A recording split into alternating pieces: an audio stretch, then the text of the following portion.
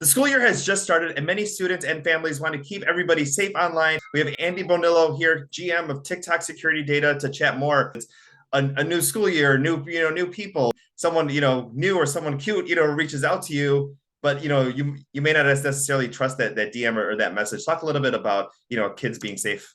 So we talk about the online safety tips that we want folks to think about. Right? These are the things that I also talk to my daughters about, right? And there's the high level online safety tips that apply to everybody, and then we can talk a little bit more about a couple that I think apply to the children just being safe online and what I teach my daughters. So the first is make sure you're looking at and using two-factor verification, right? We want to make sure that you are who you say you are when you get online, and that's really important. The second is I want to make sure that they use trusted Wi-Fi. When you're out and about and you're going from school to Starbucks and other places, we want to make sure that the internet you connect to is safe and secure. I would also focus them on having strong, unique passwords and making sure that their auto updates are on for all of their security on their devices so that they get the latest security updates. When we talk about going back to school, and this is why we have a really robust trust and safety program here at TikTok, is because people do make mistakes, and sometimes sophisticated attackers try to prey on stress and people's time pressures and try to make sure that try to entice them to do things online that they don't want to do, like click malicious links in a DM. And so we want to make sure that people are understand those risks, but we're also committed to doing our end on our side as well. You mentioned you're the father of several children as well too. Obviously, with the new school year comes new challenges, and the fun one that we're seeing recently is the teenage dirtbag, where everyone's posting their photos of their teenage years. But there's also some other trends that also may become a little dangerous. There's someone that may not necessarily know what they're doing. What types of conversations do you have with your daughters, and what conversations should families have with their kids, especially as the new semester begins and people maybe wanting to go viral or wanting to try the latest thing, but we want to make sure safety is number one?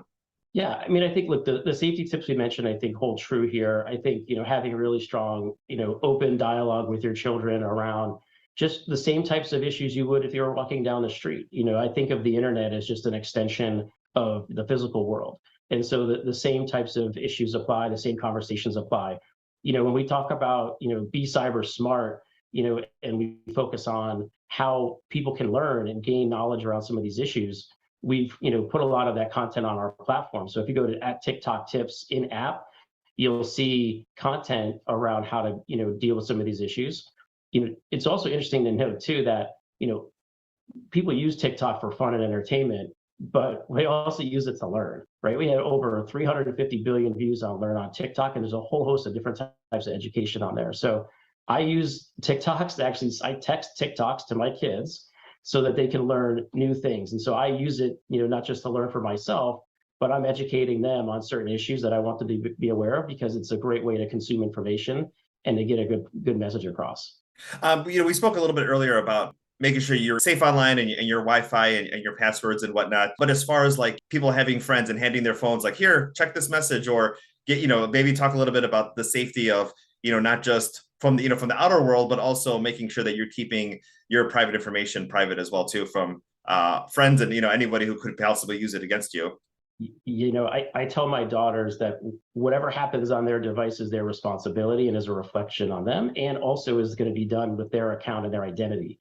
And so they need to control and own that. So if you're going to share your phone or a device with someone else, which I don't recommend that they do, they need to understand that they lose control of some of the ability to protect themselves. And so it's really important for them to know that, it's your device, you own it, you keep it together, you keep it with you. Don't share your password, and make sure that, you're being responsible while you're online, and ensure that if you see your friends doing that, to teach them to make sure that they are not, doing these unsafe practices as well. Like, we need to keep each other safe. So the buddy system is really important too.